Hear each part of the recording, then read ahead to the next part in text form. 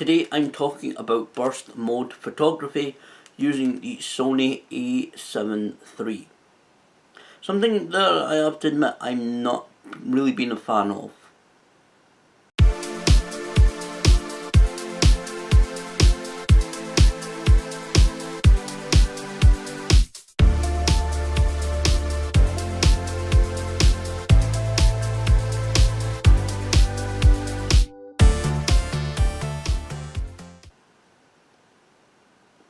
Burst mode photography is something, like I said, that I'm not really been a fan of.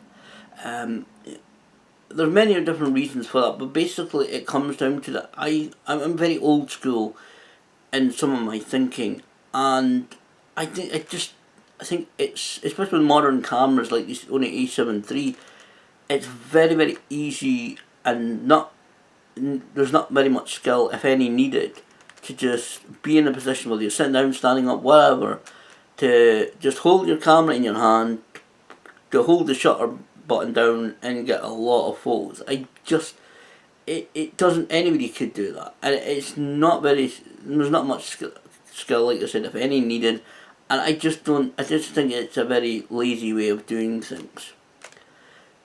Burst mode photography, what am I actually talking about for the uninitiated?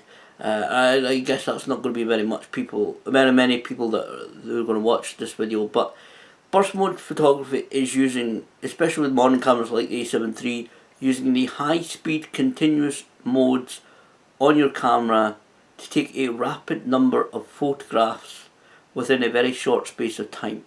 For example, with that, the Sony A7 III, especially in JPEG, you can take roughly around about 130 photos within just a few seconds. So that is really what I'm talking about, burst mode photography. I've had the occasion to try it with this new camera. The camera that I had before, the Canon 1200D, it had continuous shooting mode, but it wasn't very rapid. A lot of modern cameras, and I don't know, I'm no technological genius like I said in the previous video, but many, but let's just leave it at, many modern cameras can take, are very fast, very speedy. You can take a lot of photographs in a very short amount of time. So I've had the opportunity, since I've had the A7 III about a quarter of the way into July, rough about the 7th or so, just after that. I've been trying it out because I thought, why not try it out? I've never been a fan of it before, but it's a feature of the camera. I might as well try and use it and see what results I get. And I've actually been quite impressed with what I've gotten so far, and I'm going to put up some of the stuff during this video so you can see it. The first opportunity that I had to use it was, I think, July 14th, so roughly about 5 or 6 days after I had the camera. I went down to a kind of a Euro rally thing outside. I was just beside the McManus Galleries here in Dundee, which is roughly round about, well, it is really within the city centre of Dundee. It was basically a couple of politicians and some European citizens, some who have made their lives here in Scotland over many years, several decades in fact, when it comes to a few of them, and others who have some kind of relationship with particularly Scotland. They were talking about, say, UK, but particularly Scotland, and talking about the relationship between Scotland and different European countries. It's all obviously a very political issue right now. In the middle of the speeches, there was a performance by a Eastern European dance troupe. I didn't get a lot of names for a lot of these people that I'm going to talk about. But so I decided, you know what, why not try it out? This would be a great opportunity. Because I went down there to take a few pictures of the speakers, basically, to try out the camera. I think it was about the second day that I'd actually gone out with the camera. I thought, might as well go out, still test the camera. I used burst mode, especially the high plus burst mode, which is the only mode, continuous shooting mode on the A7 III, which is no blackout, and it's the highest speed.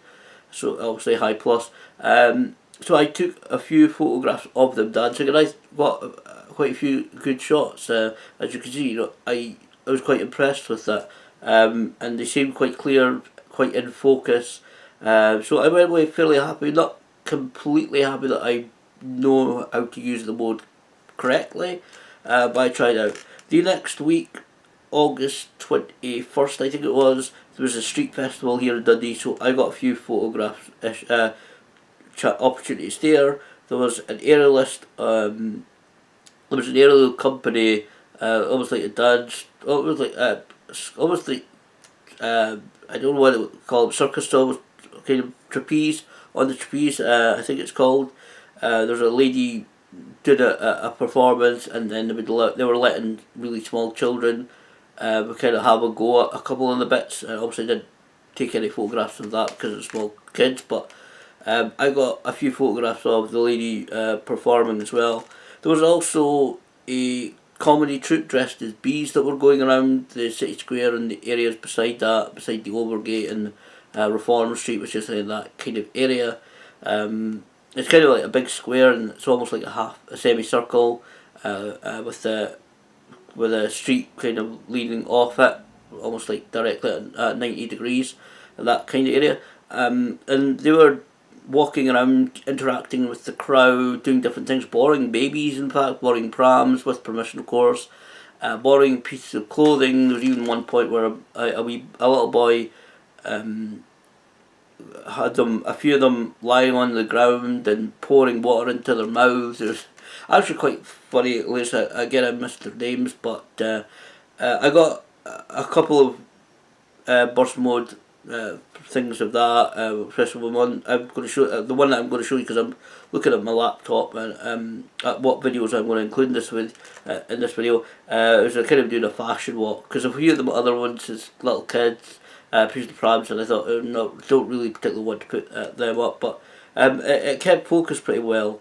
There was also very quickly another couple of street performers that were dressed in swimwear, even the caps and goggles, doing some kind of, I don't know exactly what it was supposed to be about, but doing some kind of performance where they were supposed to be swimming. Plus there was also a female singer again, names I didn't get, unfortunately. The swimmers quickly disappeared actually after their couple of minutes performance. I don't know how many times they did it during the day, but or whether that was just once, but anyway, the female singer as well, I should have asked her name, but she was actually quite a good subject for burst mode photography, because she was in, although so she was moving, playing the guitar, she was sitting down, as you can see, she was just playing her guitar pretty much still. There was a little bit of movement there. I will say, the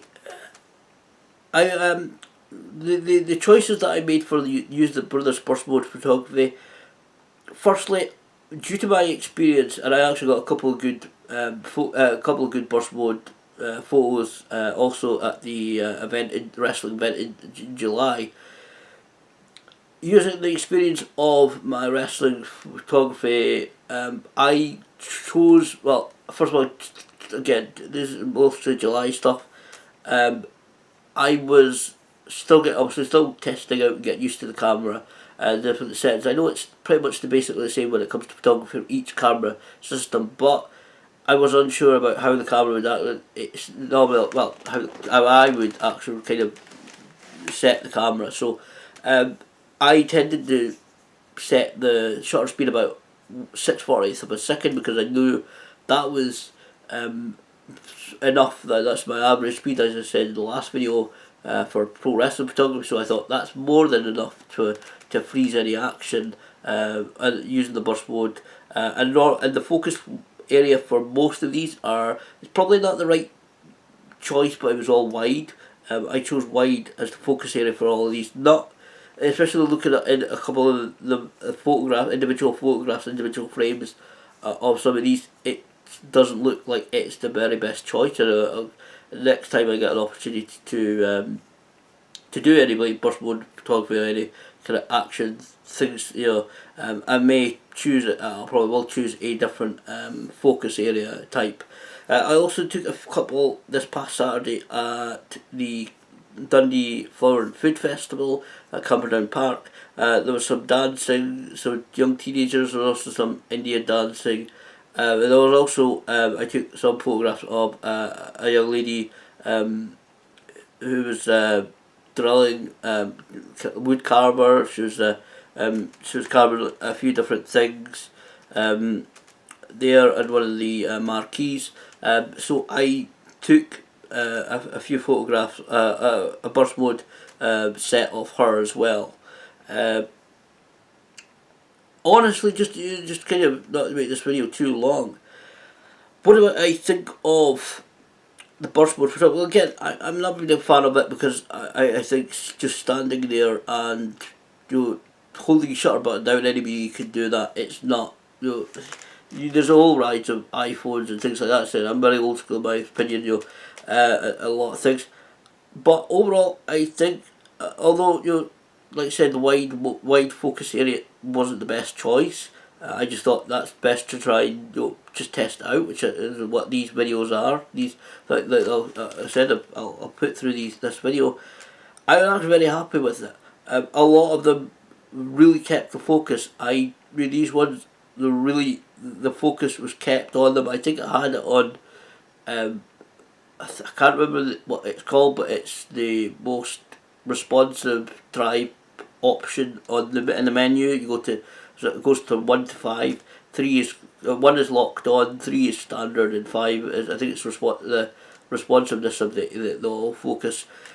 I kept on 5, and I'm very happy with it.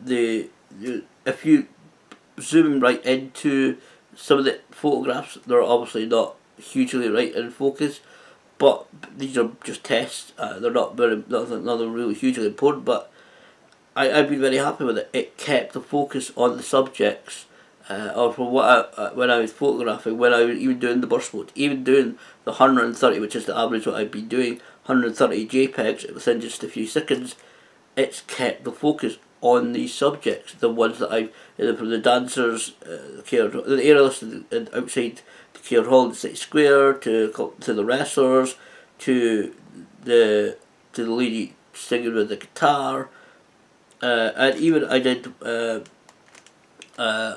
took a burst mode set of some water when they were filling the RS Discovery key. They've been doing some work on the ship. I don't know whether it's completely filled now permanently, but they've been doing some work over the summer on the ship, and so quite often the inlet that it's in has been completely dry to allow people to work, obviously, on the bottom or the undersides of the ship. And I've been very happy with it. It seemed to have kept them quite in focus. I don't think the photos are going to be winning any awards or anything like that, but I've actually been very happy. Has it changed my mind on burst mode photography? Not really. I still feel that it's not a huge. I've used it for the last couple of wrestling shows, and I'm going to go back. Especially when we go back to try and time photographs more. I was just trying them out and trying to kind of be a little bit on the safer side for the big show last month, in the middle of last month, the Hell for Lycra show. That was kind of a little bit of a safeguard because I've been quite happy with the burst mode. I wouldn't say burst mode is bad for everybody. I'm not a fan of it. I think it's a good choice. I mean, it takes a lot of work if you're taking 130 photographs. Obviously, you've got to go through them, and you've got to kind of process them if they're RAWs. And I don't think you get as many RAW taken in a burst as JPEGs. But honestly, it's not really changed my mind. I think I used burst mode sparingly, as and when I think I might want to. But actually, when it comes to the performance of the camera, keeping in focus, the usefulness of it, I think it's very useful. I think the camera performed very well. High plus mode is very useful feature if you want to use it on your Sony A7Iii, or if you've got on any similar camera that has those capabilities. Go right ahead. I've never been one to tell people, right, you must do this, you must do that, or you can only do this, or you can only do that. That never be my place or my thought process to do it. But I think personally, yeah, it's quite good, and I'm still not a fan of it, but I think it's good that it's there if and when you want to use it.